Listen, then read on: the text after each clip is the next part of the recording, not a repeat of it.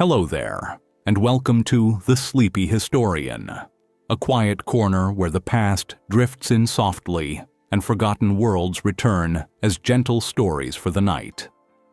Tonight, you are not reading about a geisha, you are becoming one. We will step into the wooden corridors of an okiya in old Kyoto and let your life unfold slowly, layer by layer, like silk drawn carefully from a cedar chest. If you enjoy these calm journeys into forgotten lives, you are welcome to like and subscribe, only if it feels right for you. And if you wish, tell me in the comments where you are listening from and what time it is there.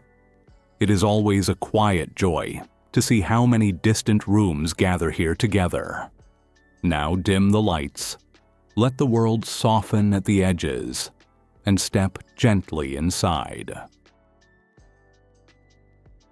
The house that owns your silence. You wake before the city, not because you are eager and not because you are restless, but because this house wakes you. The okiya does not shout, does not clang, does not demand. It simply exists around you with the patient authority of old timber that has survived too many winters to argue with. The wooden beams above you are darkened by smoke from decades of charcoal braziers, and the faint scent of tatami straw rises each time you shift beneath your folded quilt. Even your breathing feels rehearsed here, as if the walls themselves prefer a certain rhythm. This house is not merely where you sleep, it is where you are being shaped. The okasan, the mother, moves down the corridor in soft-soled steps that never hurry. She does not raise her voice. She does not need to. Her authority works the way weather does. You do not debate the weather. You adjust your posture and continue. She carries a ledger tucked beneath her arm, its pages filled with columns of careful ink because this house remembers everything. The kimono you will one day wear, the shamisen lessons you will take, the rice you will eat, even the oil for your hair. All of it has already been written down in advance of your success. Mini-beat archival records from Kyoto show that okiya operated as formal businesses during the Edo period, their accounts maintained with meticulous precision, apprentices recorded not as daughters, but as investments. And although no one ever hands you a bill at breakfast, the ink quietly accumulates while you practice your bow. You sit up and fold your bedding with the sort of precision normally reserved for treaties, because here, even small gestures carry weight, and you are beginning to understand that discipline is not loud. It is repetitive. Beauty, in this world, is built like carpentry, slowly sanded, grain revealed through friction, flaws corrected not with anger, but with persistence. Across the hallway, another apprentice, her name is Aiko, is kneeling on the floor, adjusting the straps of her wooden sandals, her brow furrowed with concentration, as if the fate of the empire depends on proper alignment. She is 14, though she carries herself like someone older, and the pads of her fingers bear the faint memory of shamisen strings pressed too long. She lifts her hands to the light, filtering through paper screens, and studies the calluses with something almost like pride, because here, pain is not tragedy. It is curriculum. She catches your eye and whispers that the strings hurt less once your fingers learn obedience. And then she smiles with a conspiratorial flicker that vanishes before it becomes inappropriate. Outside, Kyoto stirs awake, merchants lifting shutters, tofu steam rising in pale ribbons, crows conducting their daily negotiations on tiled rooftops. Yet inside the okiya, time moves differently, thick and deliberate, like broth left to simmer for hours. You kneel, you bow, you repeat. The rhythm is not punishment, it is preparation. There is something almost monastic about this life, though you are not cloistered from the world, but being trained to enter it with exquisite restraint. You will learn to pour tea so softly that it sounds like breath over porcelain. You will learn to kneel without wobbling and to laugh without exposing your teeth too quickly. You will learn that silence can be more powerful than speech, provided you know precisely how long to hold it before it becomes uncomfortable instead of intriguing. And here, gently, almost mischievously, the first whisper of taboo curls at the edge of your thoughts. Because beyond these walls, the world believes it knows what a geisha is. It imagines scandal, transaction, secrecy that leans toward the indecent. It folds all nuance into a single foreign word and congratulates itself on understanding. But the edicts of the Tokugawa shogunate, preserved in official archives, made clear legal distinctions between geisha and licensed courtesans, separating performance from prostitution with bureaucratic thoroughness that leaves little room for fantasy. You are being trained as an entertainer, an artist of atmosphere, a curator of conversation. That does not mean the world will understand. It rarely does. In fact, early geisha were sometimes men, professional jesters known as taikomochi, so when modern imaginations insist that this profession was always an enigmatic sisterhood wrapped in silk, history simply clears its throat and says, it was more complicated than that. Mid-morning lessons begin, and the shamisen is placed in your hands, its lacquered surface cool and unforgiving. The instructor taps rhythm against the wooden floor, and you follow, fingers pressing strings that answer with thin silver sound. Your mistakes corrected not with anger, but with raised eyebrows that feel somehow worse.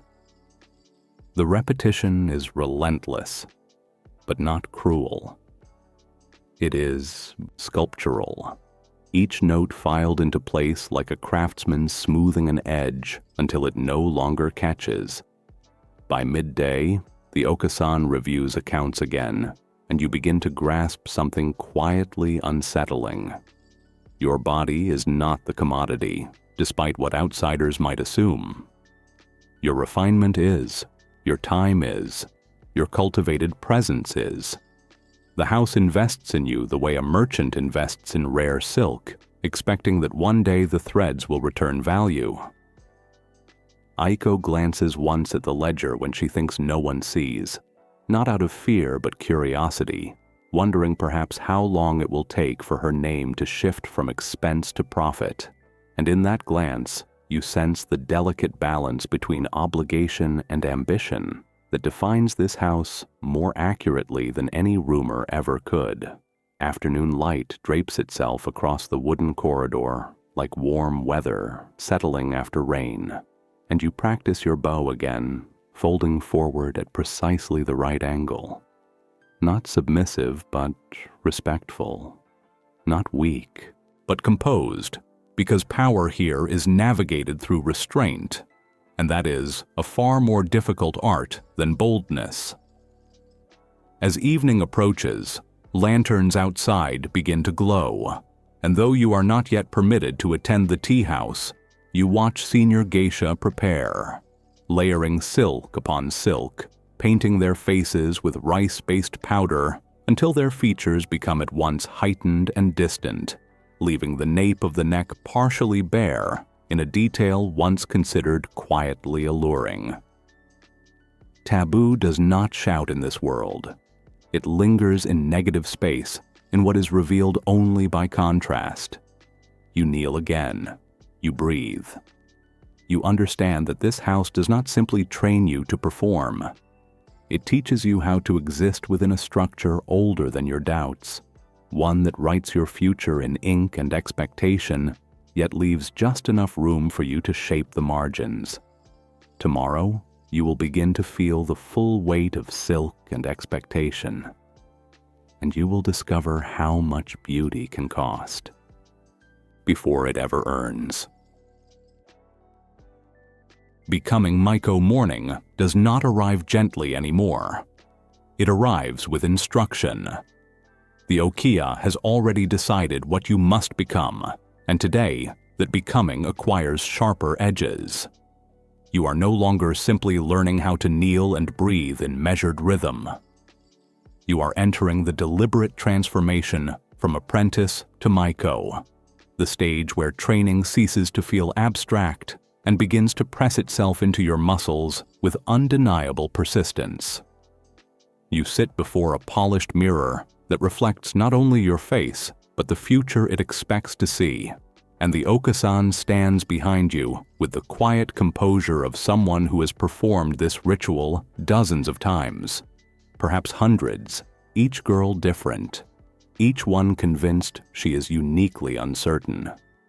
She says little because words are expensive here and saved for when they are useful. Instead, she adjusts your posture with 2 fingers against your spine, a small correction that somehow communicates centuries of tradition. Mini-beat. Anthropological research, most notably by Liza Dalby, records that the transformation into Maiko is not symbolic but procedural, involving formal registration within the district, new clothing allowances, and an increased schedule of artistic instruction, because this stage marks your public emergence not as a finished geisha, but as visible potential. The word Maiko itself means dancing child, and you are expected to embody both halves of that phrase, the discipline of a performer and the brightness of youth, which is more difficult than it sounds, because brightness must be controlled, never careless. You practice walking in okobo, the tall wooden sandals that elevate you several inches above the ground, and you discover that elegance is not about floating, but about surviving gravity with dignity. The first time you wobble, Aiko suppresses a grin that she pretends is concern, and you realize that balance, like reputation, is easier to lose than to regain. Your days now fill with lessons so tightly scheduled they leave little space for doubt. Shamisen practice continues, each plucked string reminding your fingers that artistry is not born but rehearsed. Dance instruction demands precision in every gesture, from the angle of your wrist to the deliberate pause before you turn your head, because timing, you learn, is everything. The fan in your hand is no longer decorative. It is punctuation, emphasis, and occasionally shield.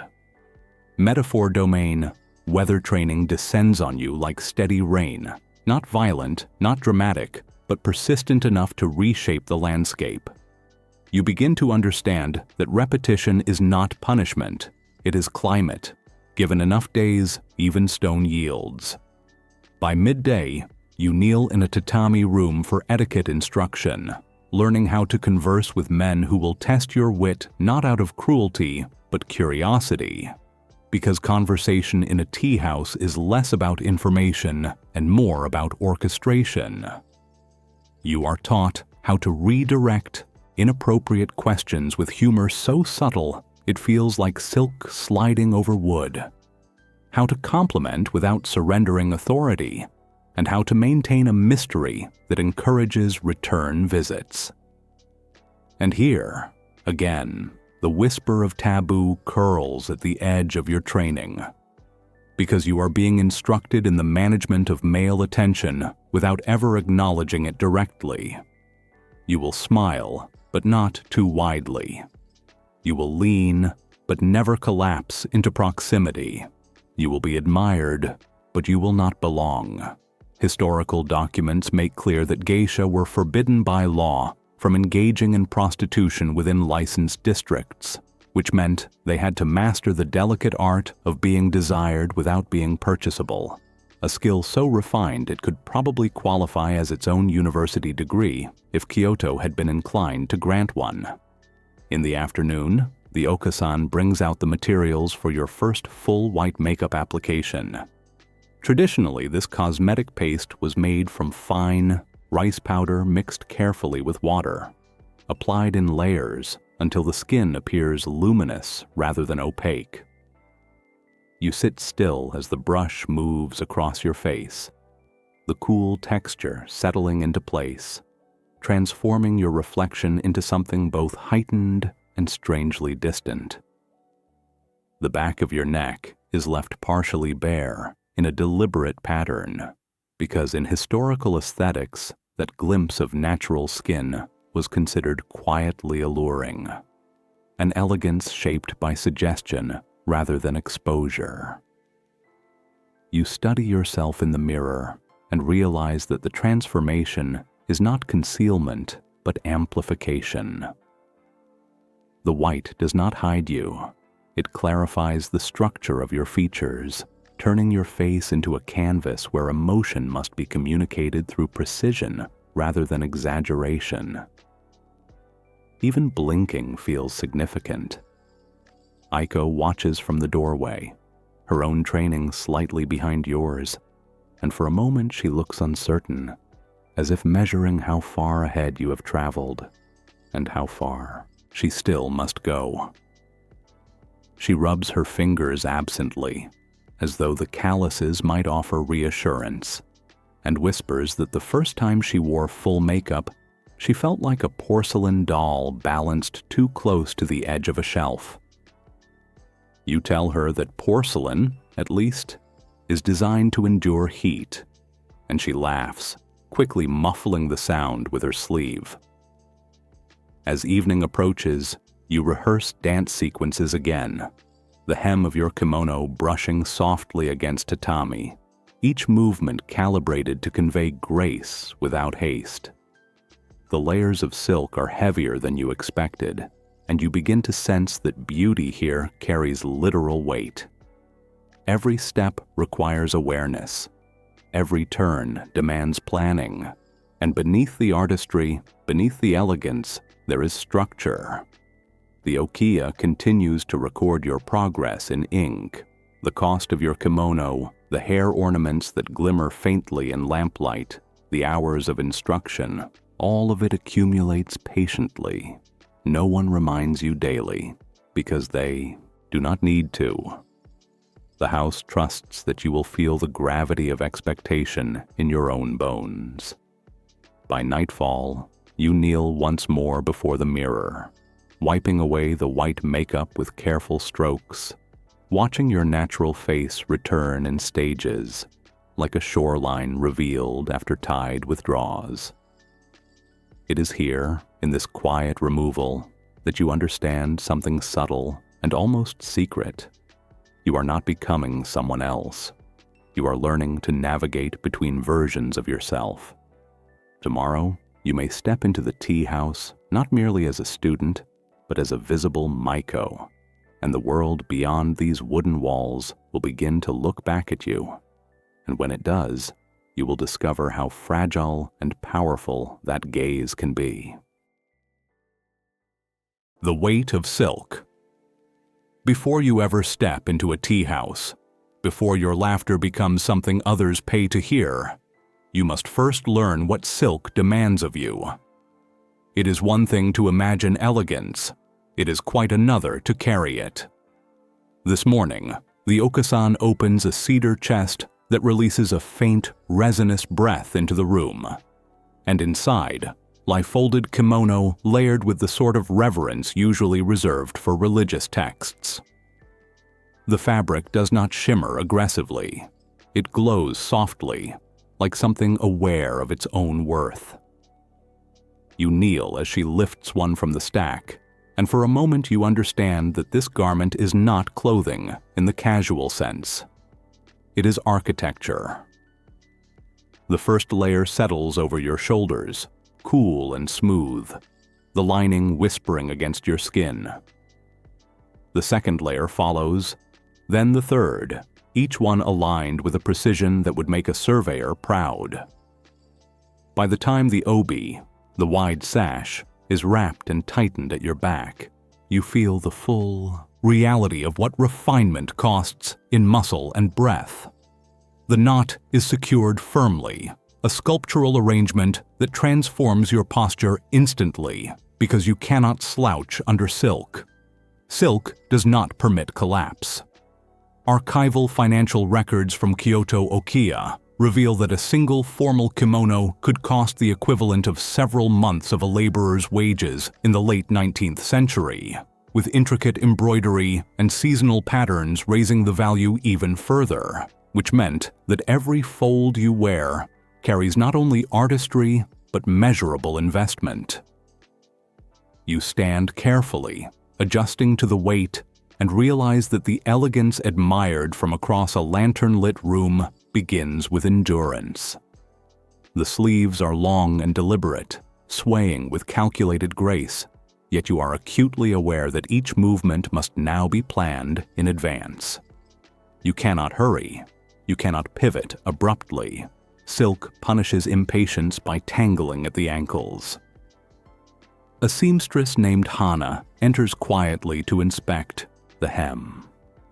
Her hands are marked with fine needle scars, each one a small testament to fabric's resistance. She crouches, smoothing a crease with fingertips that have memorized texture better than sight ever could.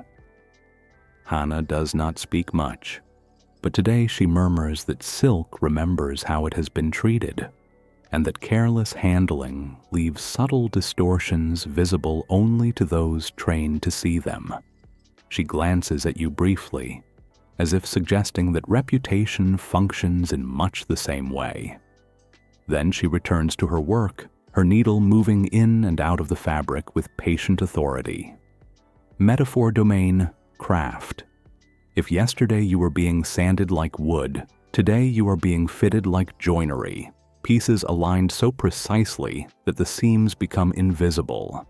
Because true craftsmanship is measured not by ornament, but by how well the structure holds under pressure. You attempt a few steps across the tatami, and the okasan watches without expression. Walking in full attire is less about stride and more about glide. The feet kept close together, knees bending minimally, as if you are moving across ice that must not crack. The tall okobo sandals add height, and with it, visibility. You are no longer a shadow in the corridor. You are an approaching figure. And here, beneath the ritual of dressing, a quieter arithmetic unfolds.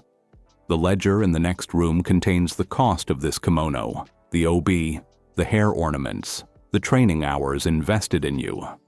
No one reminds you daily, but the awareness sits at the base of your spine like a second knot tied beneath the silk. Beauty here is not frivolous, it is capital. Historians often note that while Western travelers once assumed geisha were symbols of effortless exoticism, the financial documentation suggests something less romantic. These were highly trained professionals wearing wardrobes expensive enough to bankrupt a small village if handled carelessly, which makes the phrase effortless charm sound slightly optimistic.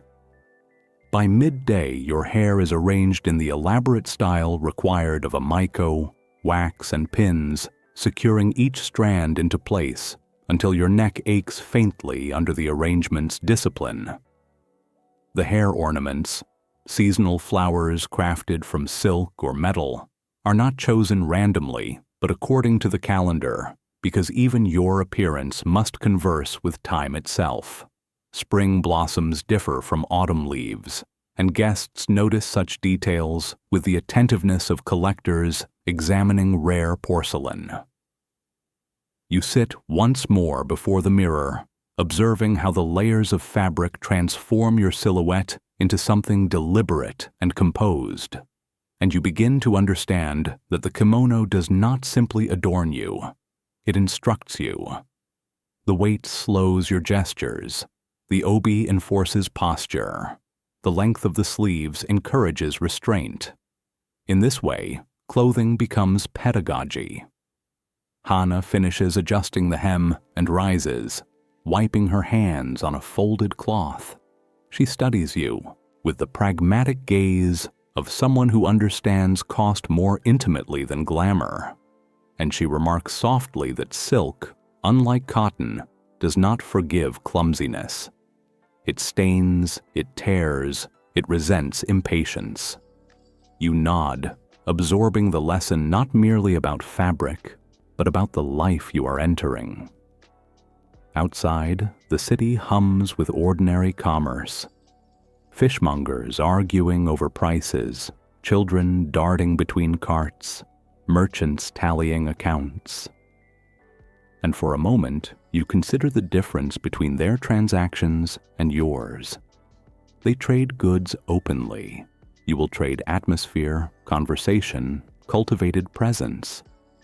Your labor is less visible, but no less tangible. As afternoon leans toward evening, you practice sitting and rising in full attire, ensuring that the obi remains secure and the sleeves fall precisely as intended. Each repetition strengthens muscles you did not know required strengthening. Each bow rehearsed in silk feels slightly more controlled than the last. There is, however, another layer beneath the visible ones, the unspoken expectation that this investment in you must one day yield return. The Okiya has provided training, garments, shelter. In exchange, you will perform, entertain, and gradually repay the debt written in ink. The system is not cruelty, it is structure. Yet structure can feel heavy when wrapped around the waist. As dusk gathers beyond the paper screens, lantern light begins to soften the corridor.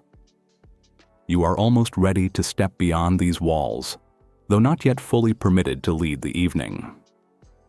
Tonight, you may observe more closely, perhaps assist quietly, perhaps feel the subtle shift as eyes turn toward you, not as a child, but as a figure adorned in deliberate splendor. You take one final glance in the mirror and notice how the silk alters your perception of yourself. You stand taller, you move slower, you appear composed, even when your thoughts race beneath the layers. It is here you realize that the weight of silk is not burden alone, it is discipline made visible. Tomorrow, you will carry this architecture of fabric into a room filled with lantern light and measured laughter, and you will discover how quickly admiration can become expectation once you are no longer hidden in the corridor. Lantern light and measured laughter. Evening does not arrive in Kyoto with drama. It seeps gently into the wooden beams, pooling in corners, softening edges, until the lanterns glow like patient moons waiting to be noticed. Tonight, you step beyond the Okiya not as a child trailing behind instruction, but as a figure assembled with intention, silk settling around you like a quiet vow. The street hums in low tones, sandals tapping against stone, distant voices folding into one another. And for a fleeting moment, you wonder whether anyone passing by understands how many invisible rehearsals are hidden beneath the calm tilt of your chin. The tea house appears modest from the outside, almost shy, its entrance framed by Norin curtains that sway lightly as if testing the air.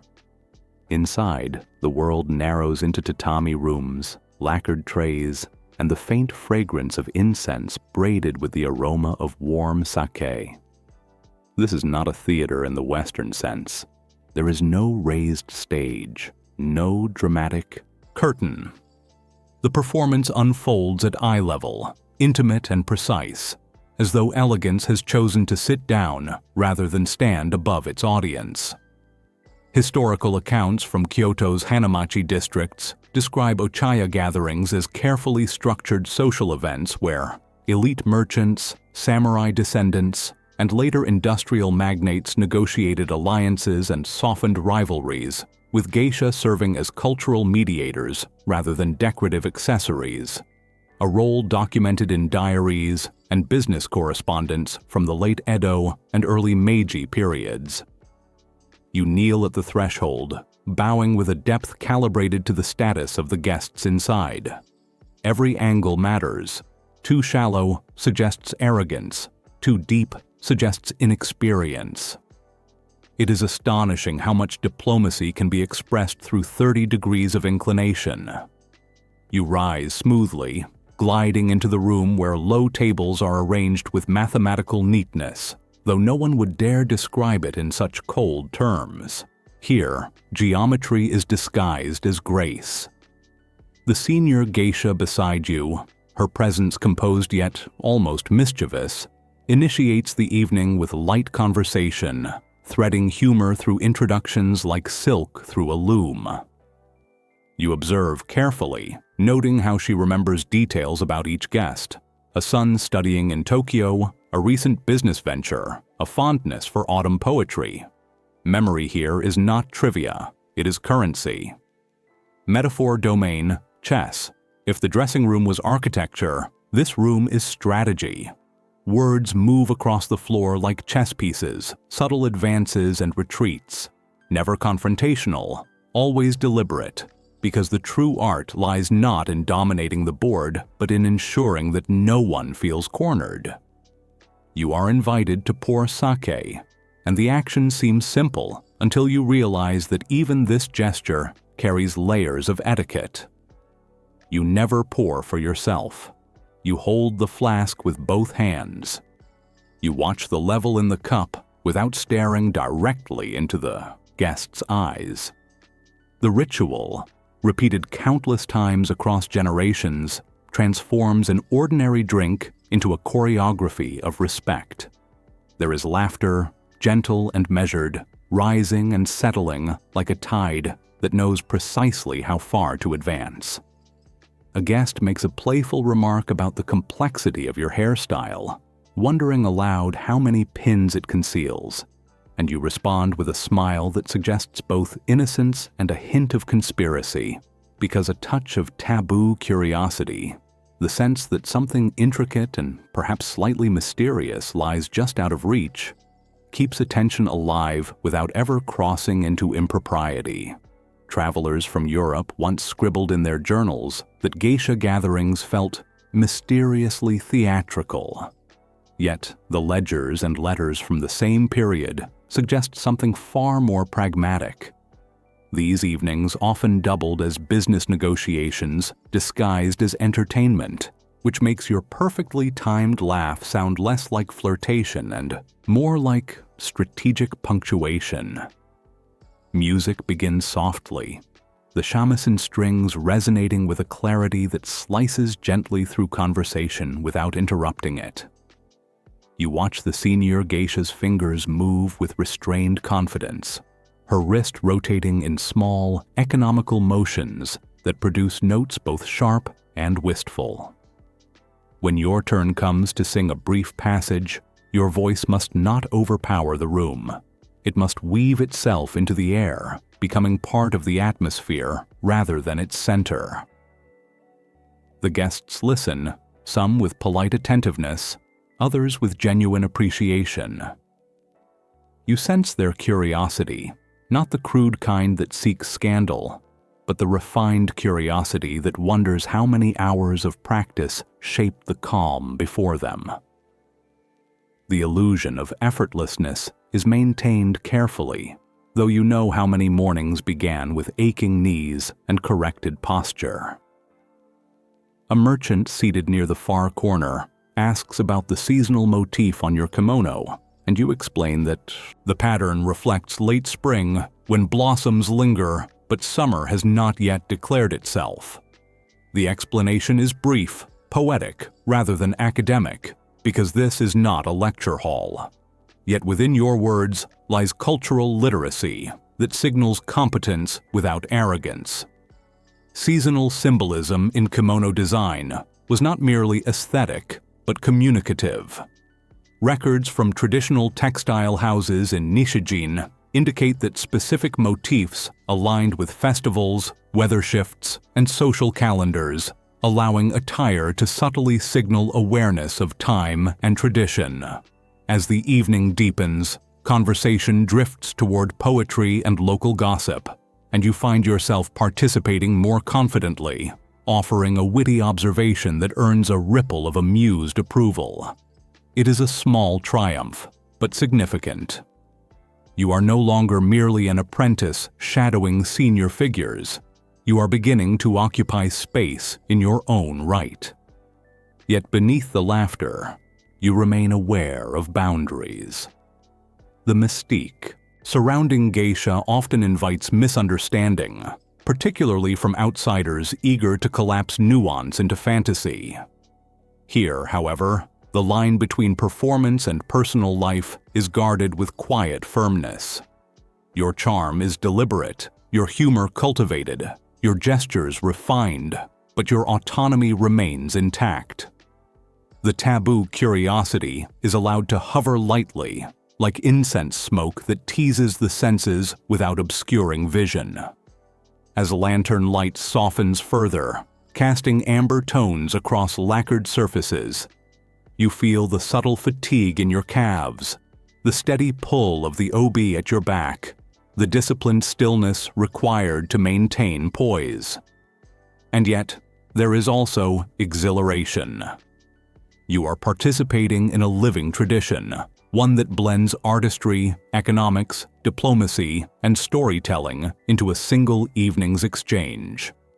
When the guests finally rise, bowing in return, gratitude expressed through careful phrasing and precise posture, you accompany them to the entrance. Outside, night has settled fully, cool and composed.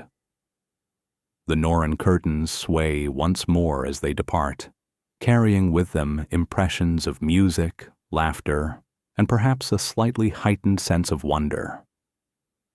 You walk back toward the okiya, under a sky brushed with faint starlight, reflecting on how the room transformed you.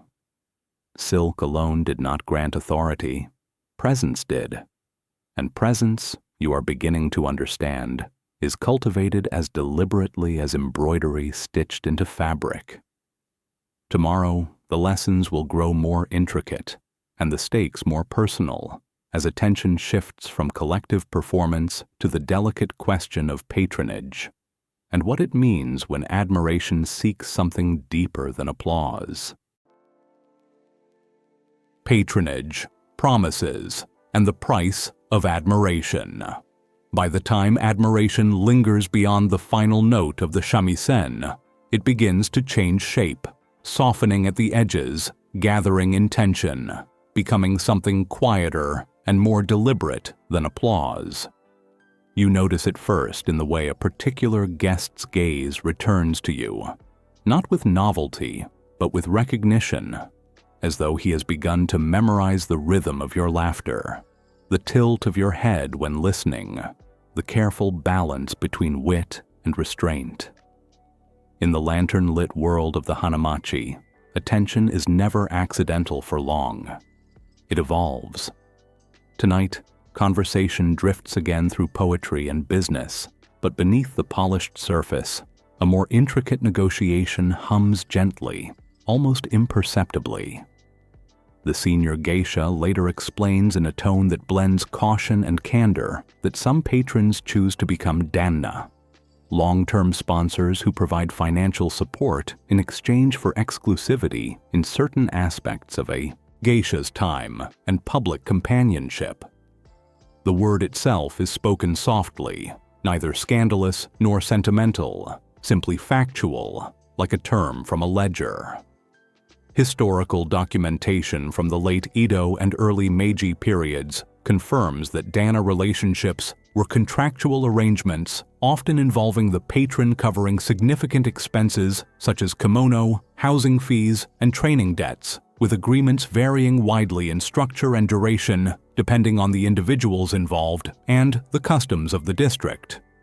The idea unsettles and intrigues you in equal measure, because it exists precisely at the intersection of artistry and economics, affection and arrangement. Outsiders have long flattened this nuance into crude assumptions, but within the Hanamachi, the boundaries are defined with clarity.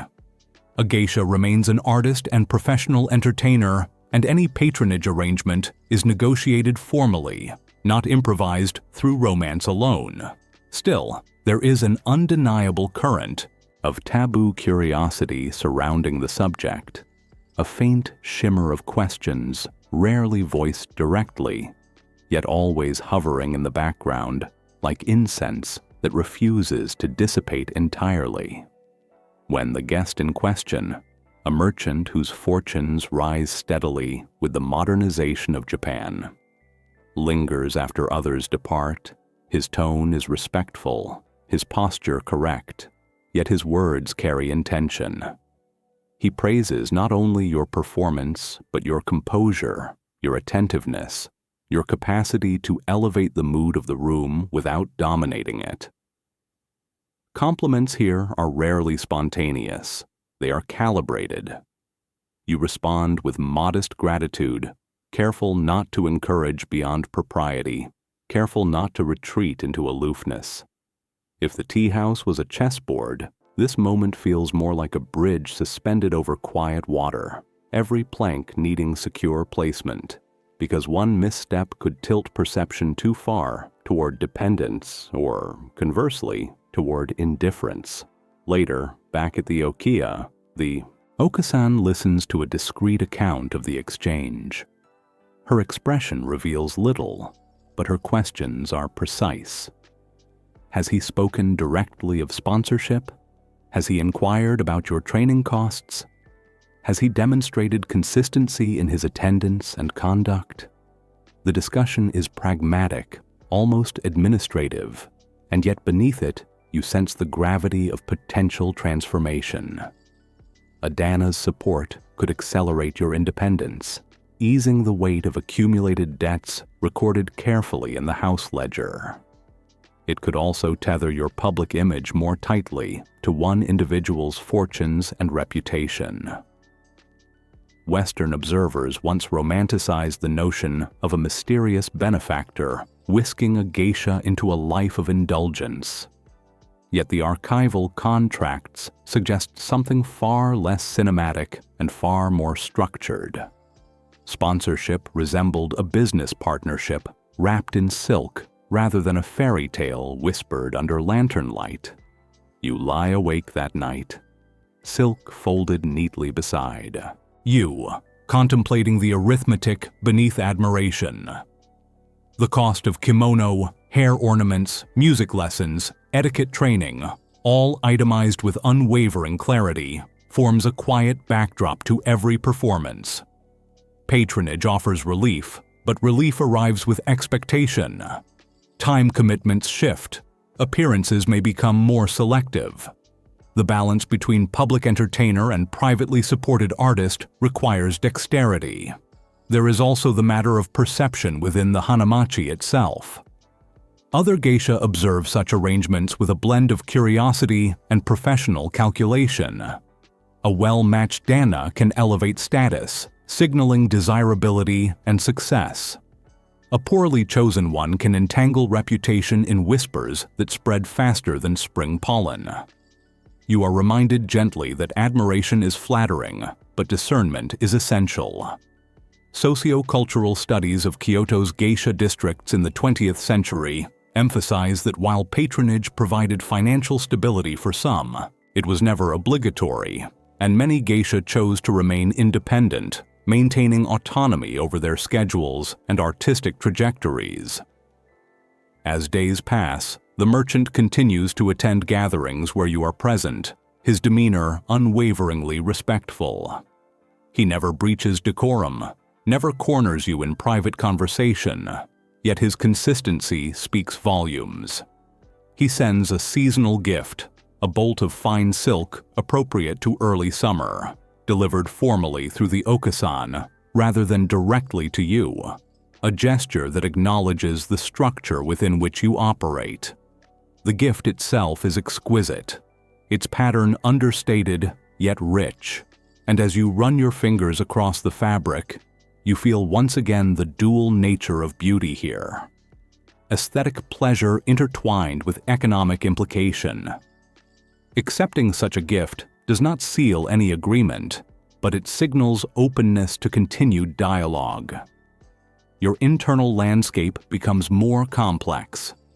Part of you thrills at the recognition, at the idea that your cultivated presence has inspired sustained admiration.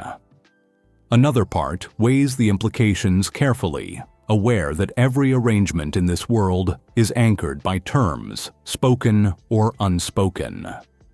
The taboo curiosity remains subtle, not scandalous, but reflective, as you wonder how many geisha before you navigated this threshold between independence and sponsorship with steady grace. In conversation with a senior geisha, you receive counsel delivered without melodrama. She reminds you that patronage, when chosen wisely, can provide resources to refine your artistry further, funding advanced lessons, securing rare fabrics, enhancing your visibility in elite circles.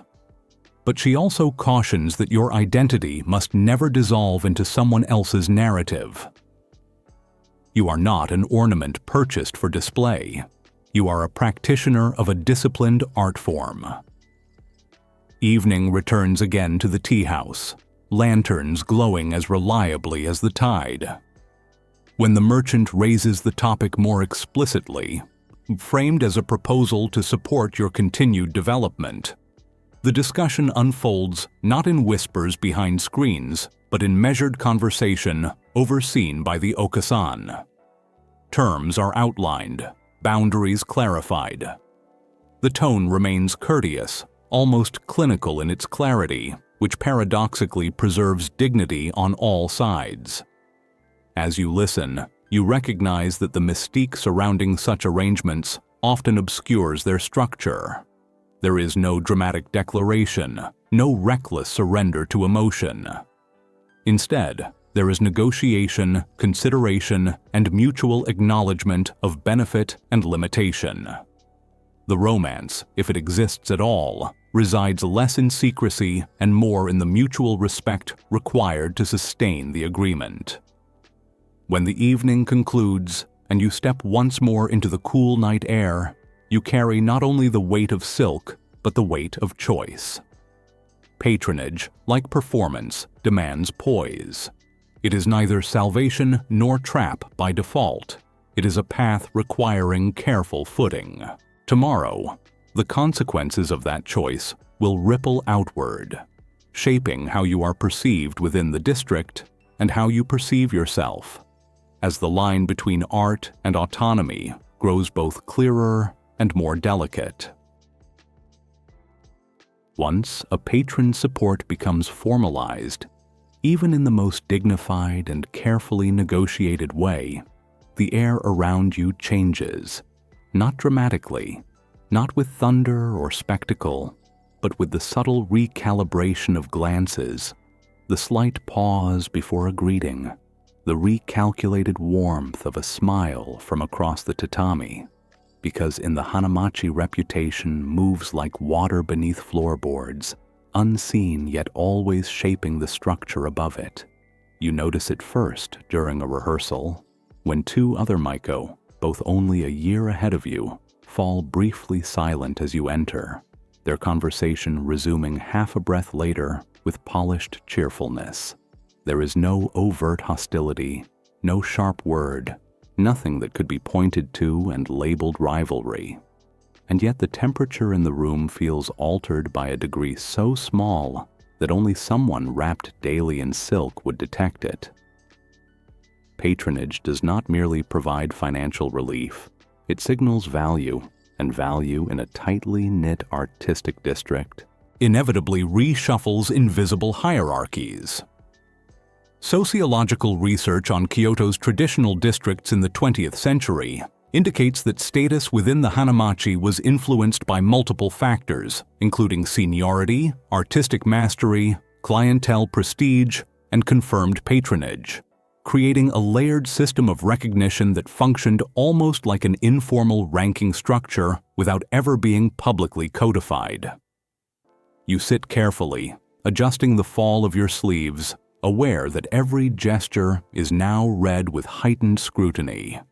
When you perform a short dance sequence later that evening, your precision feels sharper, not because the choreography has changed, but because the audience and your peers are measuring you differently.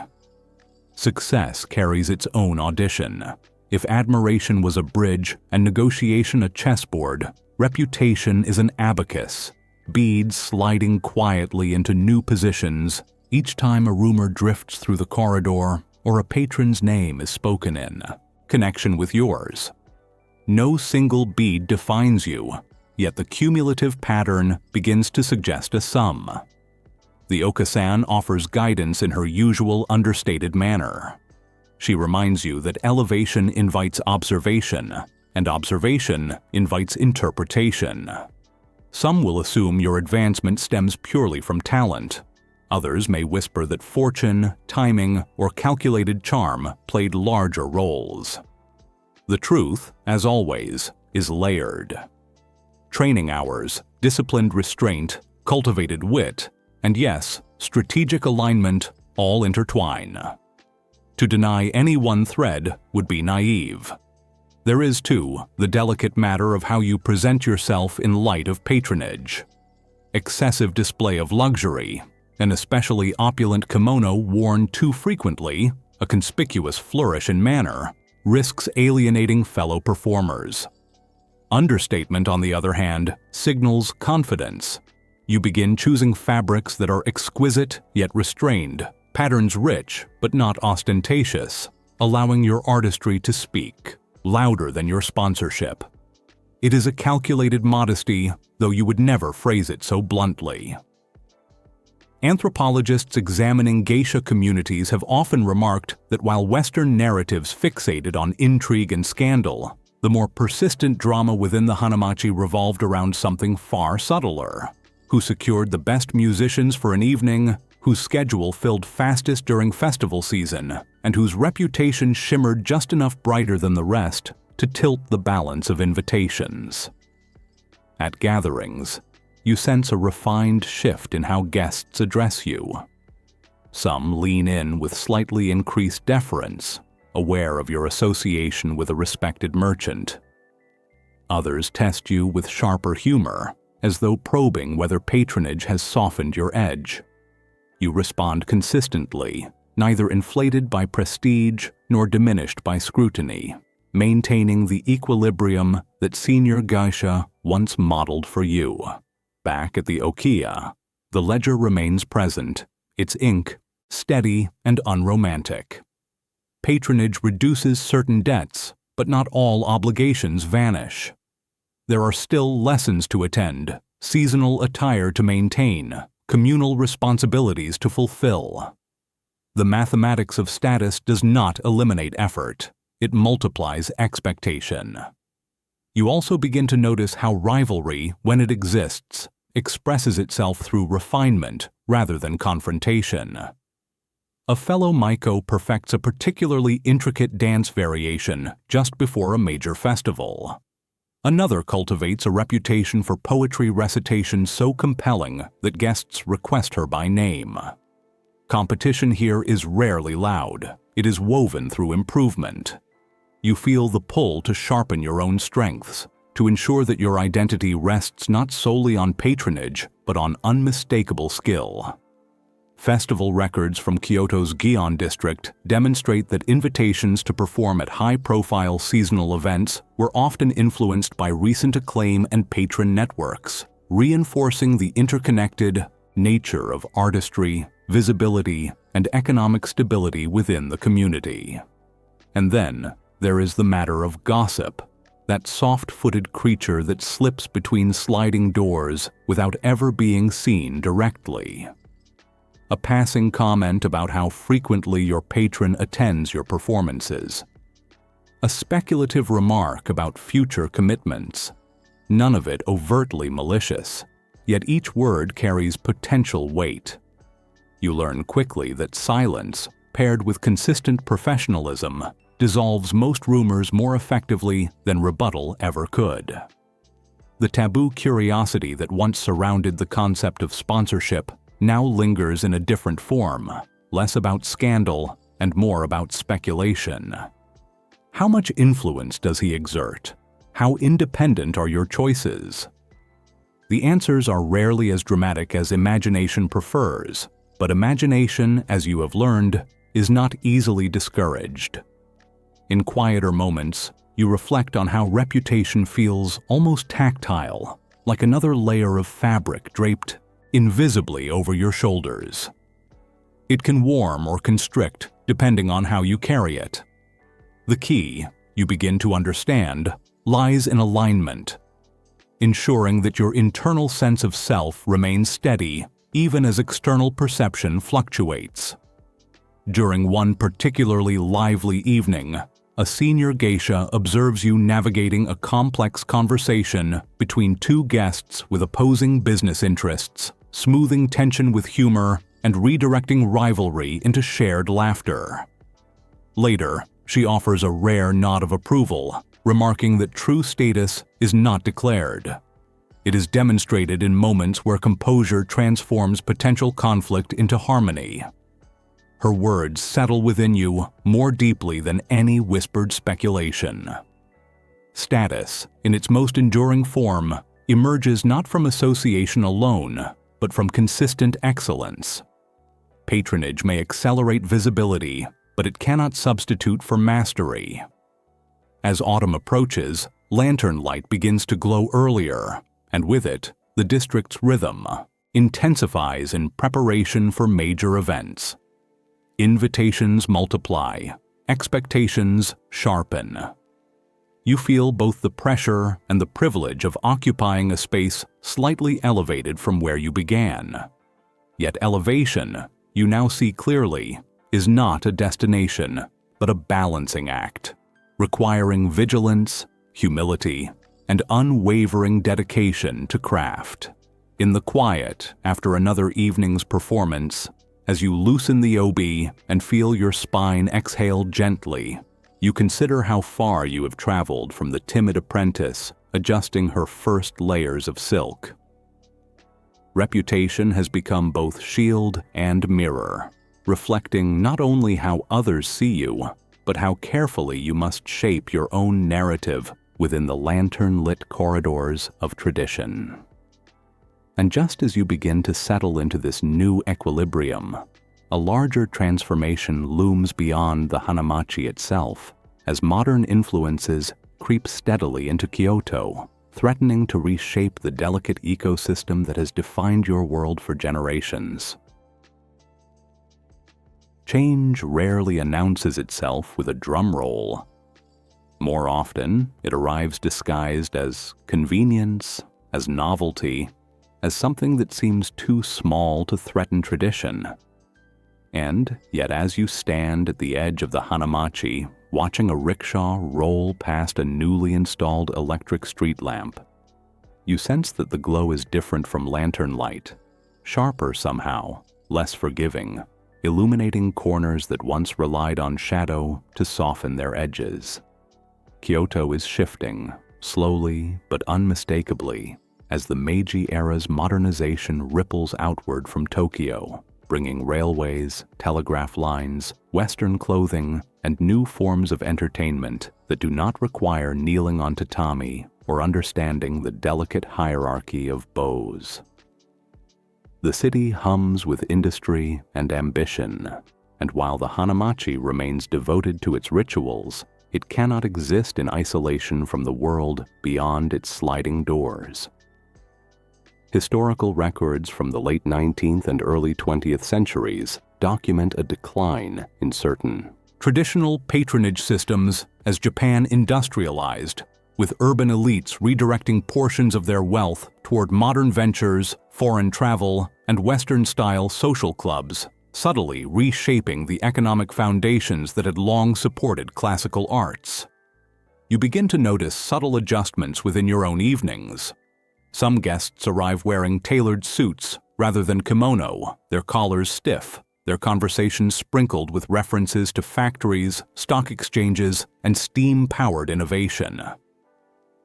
Their curiosity about tradition feels genuine, yet tinged with comparison, as though they are measuring the elegance of your performance against the efficiency of a new machine. If reputation was an abacus, modernization feels like a tide, rising steadily against the wooden stilts of the Hanamachi, not crashing violently, but pressing persistently, asking whether the structure can adapt without surrendering its shape. Inside the tea house, the rituals remain intact. Sake, poured with 2 hands. Shamisen strings vibrating with restrained melancholy, laughter measured and refined. Yet outside, electric lights begin to replace oil lanterns along certain streets, their brightness revealing textures once softened by flicker. The contrast is almost philosophical. Lantern light flatters, electricity exposes. You wonder what exposure means for an art form built upon nuance, suggestion, and carefully managed mystery. The taboo curiosity that once centered on patronage now extends to survival itself. Can the hanamachi endure in an age increasingly enamored with speed and spectacle? Will guests continue to value evenings of poetry and conversation when theaters project moving images and cafes buzz with Western music? Cultural historians often observe that every generation believes it is witnessing the end of tradition, yet archival attendance records from Kyoto suggest a more complicated truth. While certain seasons saw declines, others experienced revival, as novelty eventually lost its sheen and audiences rediscovered the pleasure of measured elegance over mechanical noise. The Okasan speaks pragmatically about adaptation. She encourages you and your peers to refine not only classical dance but conversational fluency in emerging topics, from rail transport to international trade, because a geisha must reflect the intellectual currents of her time without abandoning the aesthetic framework that defines her profession. It is not betrayal to evolve, it is survival. You begin incorporating subtle references to modernization into your repertoire, crafting light-hearted remarks about the irony of steam engines racing across landscapes once traversed by poets on foot, drawing gentle laughter from guests who straddle both worlds. The balance is delicate. Too much enthusiasm for change might seem dismissive of tradition. Too little might render you obsolete. Scholarly analyses of cultural resilience in Japan highlight how traditional arts often persisted by selectively integrating contemporary elements, maintaining core techniques while allowing peripheral adaptation, a strategy that enabled survival through periods of rapid social transformation. There are evenings when younger patrons, educated abroad, question the relevance of certain rituals, asking why formality must govern even the smallest gesture. You respond not defensively, but illustratively, comparing etiquette to musical notation. Structure does not restrict melody, it enables harmony. Without shared rules, conversation risks descending into discord. The metaphor lands gently, and you sense their appreciation deepen, not because you resisted change, but because you articulated the value of continuity within it. Still, uncertainty lingers like mist over the Kamo River. You overhear whispers of other districts struggling to maintain numbers, of apprentices choosing different careers in a rapidly diversifying economy.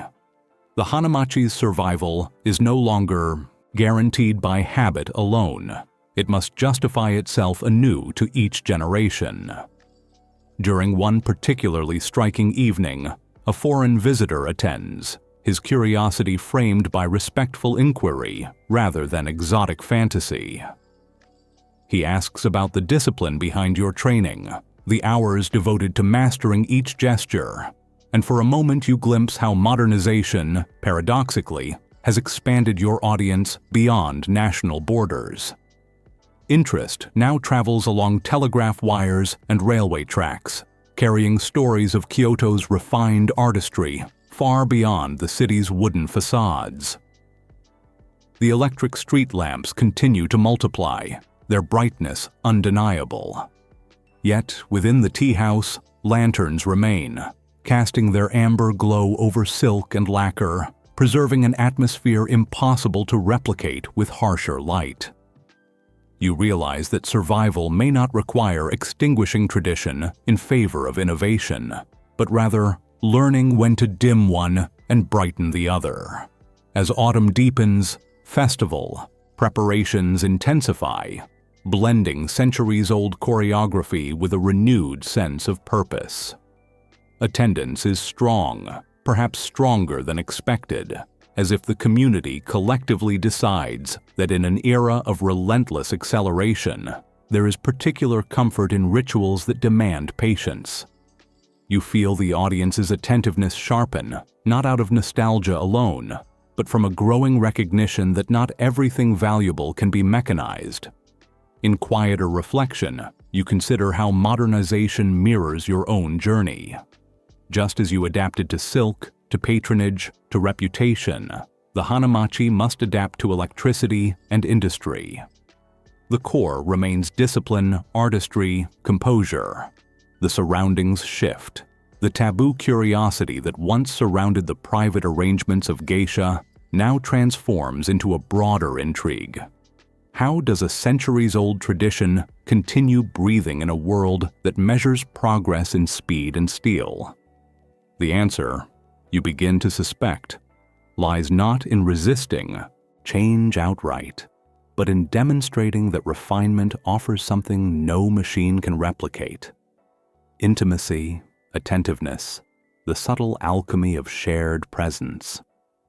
As you walk beneath the mixed glow of lantern and electric light, you feel neither obsolete nor entirely secure.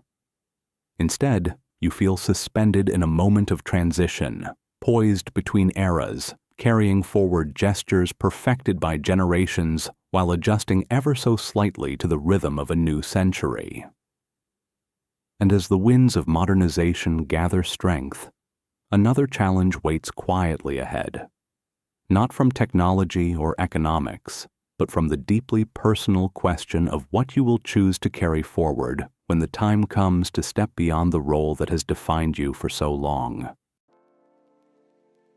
There comes a quiet evening when you realize that the silk, the lantern light, the careful laughter, and even the subtle mathematics of status have begun to feel less like a costume and more like a second skin, and it is precisely at that moment, when mastery feels natural, that a more unsettling question rises gently to the surface. Who are you when the music stops and no one is watching? The hanamachi has shaped your posture, trained your voice, disciplined your humor, refined your perception of time itself. Yet beneath the architecture of ritual, there remains a private self that existed before the first layer of kimono was tied securely around your waist. Modern winds continue to move through Kyoto, electric light glinting off polished wood, newspapers carrying stories of distant wars and technological marvels, and with each passing season, you sense that identity is no longer a static inheritance, but an evolving negotiation. 20th century oral histories collected from former geisha reveal that many described their careers not solely as performance, but as education in human psychology, aesthetics, and resilience, with several transitioning later into roles as teachers, cultural ambassadors, or independent business owners within their communities. You begin to notice that younger apprentices observe you now as you once observed senior figures, studying how you manage conversation, how you deflect impropriety with humor rather than reprimand, how you balance patronage without surrendering autonomy. The mirror has quietly rotated. You are no longer merely becoming, you are being watched as an example. If modernization was a tide, perhaps your own transformation resembles a chrysalis, not in the dramatic sense of wings bursting suddenly into air, but in the quieter understanding that the structure which once protected and defined you may eventually need to open, allowing something slightly different to emerge. Patronage continues, steady and respectful, yet its intensity has softened into familiarity. The merchant who once represented a delicate negotiation now feels more like a collaborator in your professional journey, his support enabling advanced training in rare dance variations and access to musicians whose mastery deepens your own. There is comfort in this stability, yet also an awareness that dependence, even when dignified, must be balanced carefully against self-direction. Researchers examining post-war transitions among geisha communities have noted that while popular imagination often assumed retirement meant disappearance, many women leveraged their networks and discipline into new ventures, proving that elegance, once cultivated, rarely vanishes. It simply changes wardrobe. On certain evenings, you experiment subtly within your performances, introducing a slightly bolder comedic timing, allowing your wit to sharpen by a degree, testing how far you can stretch the boundaries of expectation without fracturing tradition. Guests respond with surprise and delight, their laughter warmer, more spontaneous. Innovation, you realize, need not announce itself loudly. It can slip in through nuance. There is still taboo curiosity directed toward your world, especially from outsiders who glimpse only fragments of its complexity. Some arrive expecting scandal and leave discussing poetry. Others anticipate rigid formality and depart charmed by playful conversation. You have learned that mystery, when curated rather than exploited, enhances appreciation rather than distorting it.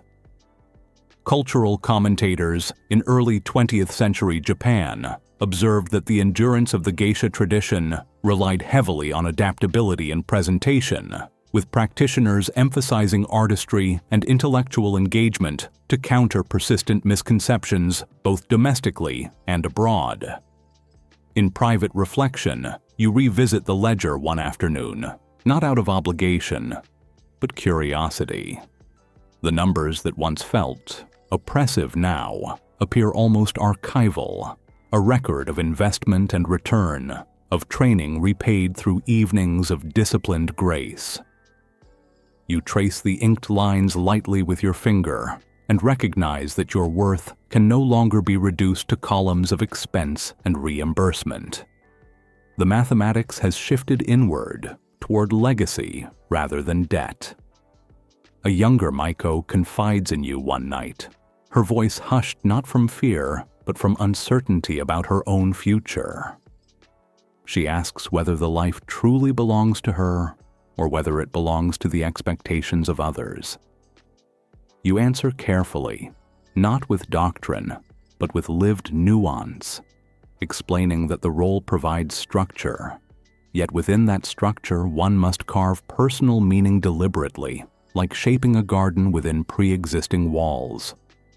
The walls define the space, but the design remains yours. Electric lights now coexist comfortably with lanterns, neither fully displacing the other. The city has adapted, and so have you. Invitations continue, though your motivations shift subtly. Where once you sought validation, now you seek refinement. Where once you calculated status, now you consider sustainability. The question of how long to remain in active performance begins to surface, not urgently, but persistently. Life within the Hanamachi resembles a river that appears unchanging from the shore, yet beneath the surface, currents alter constantly, carrying leaves, reflections, and unseen debris toward new destinations. You stand midstream, aware that remaining forever in one bend may not be possible, yet equally aware that the river's source has shaped you irrevocably. There is humor in this realization. You recall your earliest days, trembling beneath the weight of silk, terrified of misplacing a sleeve, and you smile softly at the memory. The mysteries that once seemed overwhelming now feel navigable, though new questions have replaced them. Instead of wondering whether you can survive the system, you now wonder how you will outgrow it gracefully. On a particularly luminous evening, as lantern light mingles with the faint hum of distant electric wires, you perform a dance that feels less like obligation and more like conversation with time itself.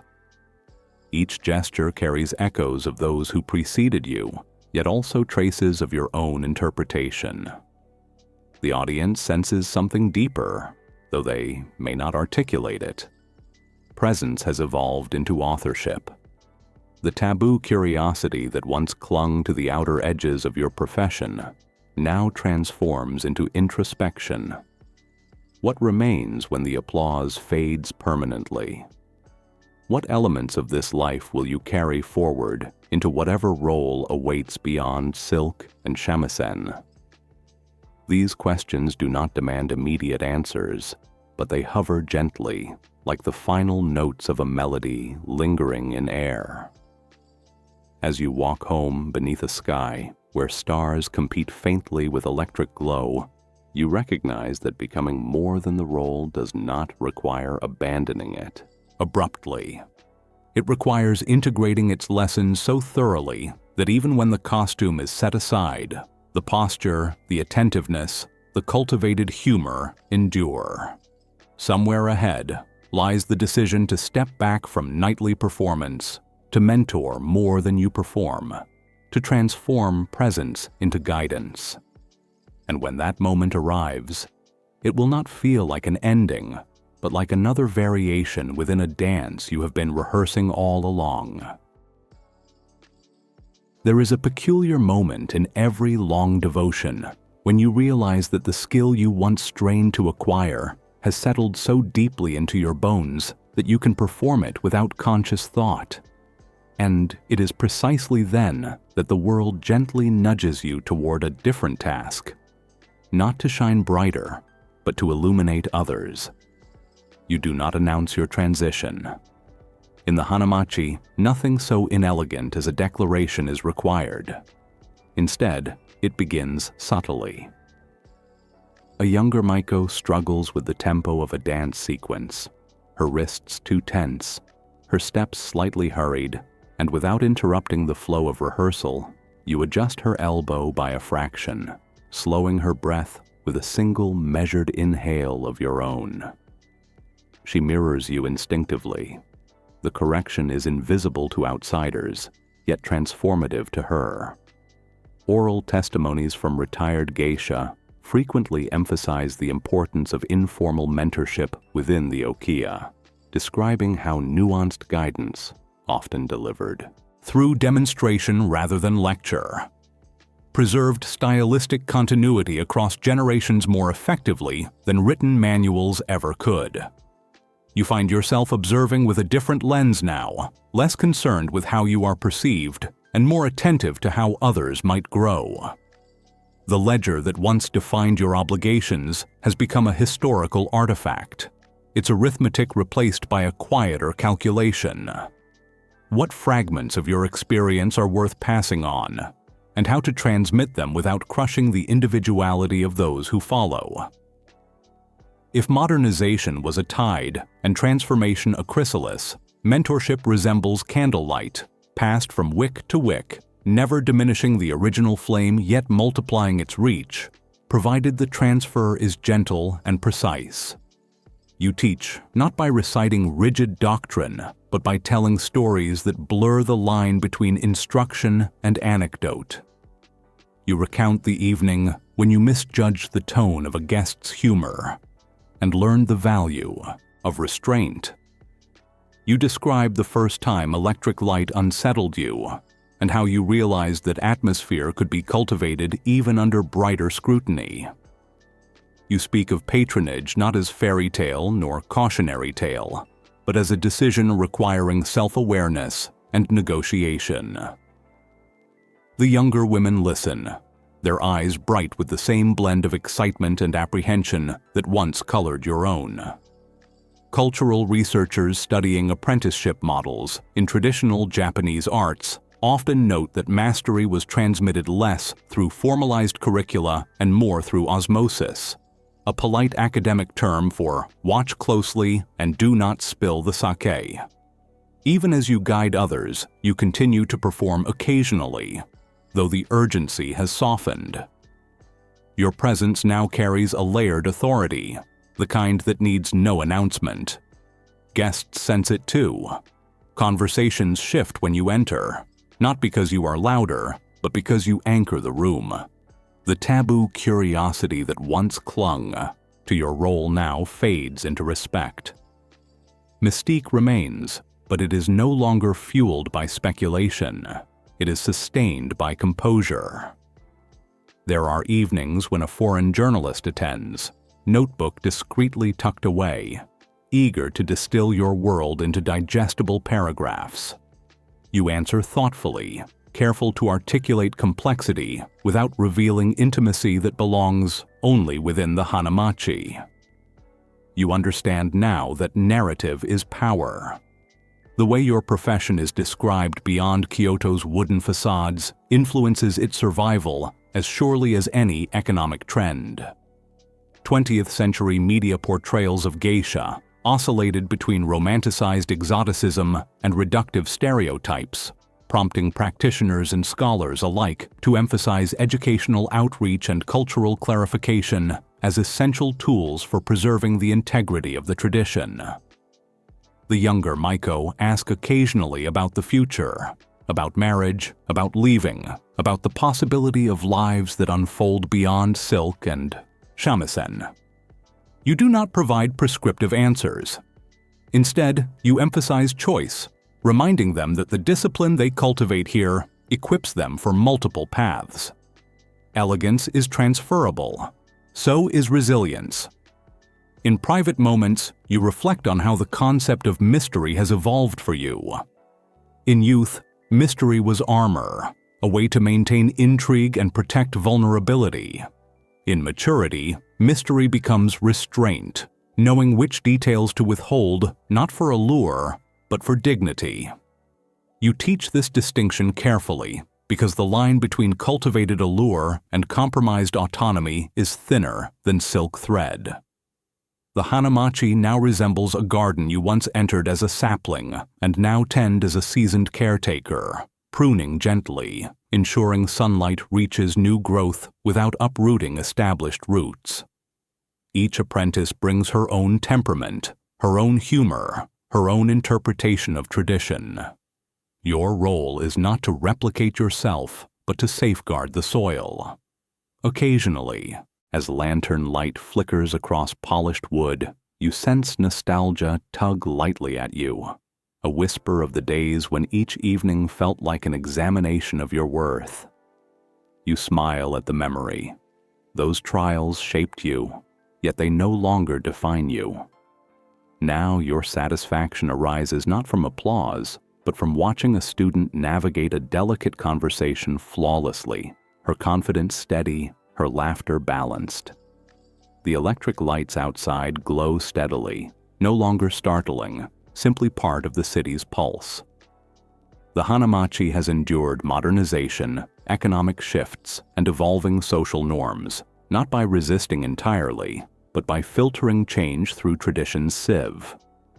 You recognize that mentorship functions similarly. You cannot prevent transformation, but you can influence its direction. As another season turns, you sense that your own active performances will gradually diminish, not abruptly, but organically, like lanterns dimming at dawn. Yet there is no sadness in this, awareness. Instead, there is quiet satisfaction. The art you once strained to embody now flows outward through others, extending beyond your individual presence. And somewhere in the layered silence after a rehearsal, as you watch a young Maiko adjust her sleeve with unconscious grace, a gesture she learned from observing you, you realize that the most enduring mystery was never the allure perceived by outsiders, nor the speculation about patronage, nor even the elegance of silk. It was the invisible continuity of knowledge, passed carefully from one generation to the next. The final question that remains is not whether the tradition will survive, but how it will be remembered, and who will shape that memory when your own footsteps fade softly from the tatami. There is no single evening that announces your final performance. No drumbeat, no solemn proclamation. The hanamachi does not operate with theatrical farewells. It prefers transitions that feel like the changing of seasons, noticeable only in retrospect. One week you attend 4 gatherings, the next 3, then 1. Then you remain at the okiya while others glide into the night wrapped in silk that once belonged to you.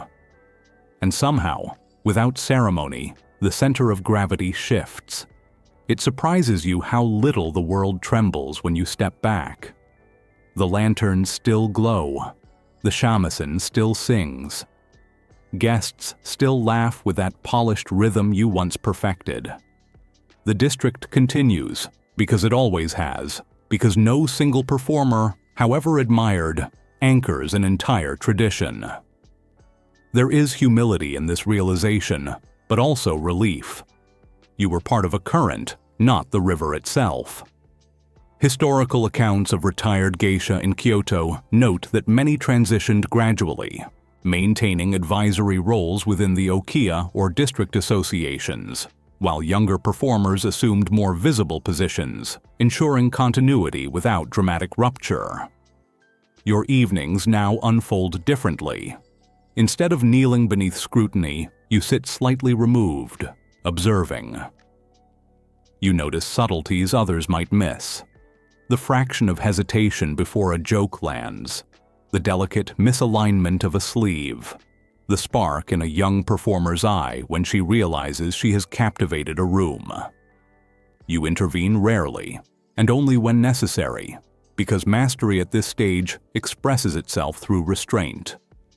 If mentorship was candlelight, retirement feels like an echo, not the original note, but its lingering resonance, shaping how the next sound is perceived even after the source has quieted. There are moments of private reckoning, of course. You open cedar chests and unfold kimono that carry faint impressions of past evenings, a barely visible crease from an anxious debut, a subtle stain of spilled sake from a night that stretched too long. Fabric holds memory the way wood holds scent. You trace embroidery with your fingertips and remember the weight of expectation pressing gently against your spine.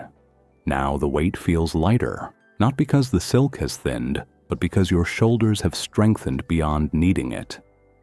Modern commentators sometimes ask whether a life devoted to such refinement risks fading into obscurity once performance ends. Yet community records show that retired geisha often became cultural advisors, etiquette instructors, or quiet pillars of district governance, suggesting that invisibility was less an ending and more a strategic repositioning. The taboo curiosity that once circled your world has transformed entirely. Where outsiders once speculated about secrets behind sliding doors, they now inquire about preservation, about heritage, about authenticity in an age that consumes tradition as quickly as it photographs it. You answer with patience, explaining that authenticity is not a museum display, but a living negotiation between past and present. It survives not by freezing itself in amber, but by remaining attentive. Electric lights dominate the streets now, their brightness unremarkable. Lanterns remain inside, chosen deliberately rather than by necessity. The city has grown louder, faster, more crowded with possibility. Yet within certain rooms, time still slows to the pace of breath and bow. You find comfort in this coexistence. The hanamachi did not vanish under modernization's tide. It learned to float. Occasionally, a former patron visits simply to pay respects, conversation lighter now, stripped of negotiation or expectation. You speak as equals shaped by a shared chapter rather than bound by arrangement. There is humor in recalling how carefully you once calibrated every word. Now words arrive more freely, unburdened by performance. Socio-cultural analyses of long-standing artistic, Communities emphasize that legacy often manifests through networks rather than monuments, with influence diffused across students, collaborators, and institutional memory rather than concentrated in singular commemorations. You walk through Gion one early evening as twilight gathers, observing apprentices hurrying gently along stone pathways, their okobo sandals striking familiar rhythms against the ground. Some glance at you with recognition, bowing slightly deeper than politeness requires. Respect, you have learned, feels different from admiration. It is steadier, less intoxicating, more durable. In quieter hours, you reflect on the question that hovered years ago: who are you when the music stops? The answer has unfolded gradually. You are the discipline that remains when silk is folded away. You are the attentiveness that carries into everyday conversation. You are the quiet confidence that no longer depends on being the focal point of a room. Perhaps your life resembles a constellation, individual stars visible only in darkness, meaningful not in isolation but in pattern. Each season, each patron, each rivalry, each apprentice forms part of a larger design, discernible only with distance. From within it, you saw only fragments. From beyond it, you perceive coherence. There are still evenings when nostalgia brushes lightly against you, a whisper of shamisen strings drifting through open windows, and for a fleeting second, you imagine stepping once more into full regalia, feeling the obi cinch at your waist. But the impulse passes gently. You have already performed that dance. Repetition would add nothing new. Instead, your satisfaction arises in subtler ways. In hearing that a former student navigated a difficult patron with composure, in witnessing a festival where tradition and innovation blend seamlessly, in knowing that the misconceptions that once clouded your profession have softened under clearer explanation. The mystery remains, but it is no longer defensive. It is chosen. As night deepens over Kyoto, blending electric glow with distant starlight, you pause near the edge of the district and listen. The laughter drifting from a tea house sounds familiar, yet distinct, shaped by voices younger than yours, colored by a world slightly altered from the one you entered years ago. And still, the cadence persists. You realize then that the true ending was never about stepping away from performance. It was about trusting that the art could continue without your constant presence. The lantern does not mourn when passed. It simply illuminates another face. When you finally return home and close the sliding door behind you, the silence feels complete rather than empty. Silk rests folded. The ledger sleeps untouched. Outside, the city breathes in modern rhythm. Inside, memory settles like fine dust on polished wood. Not heavy, not burdensome, simply present.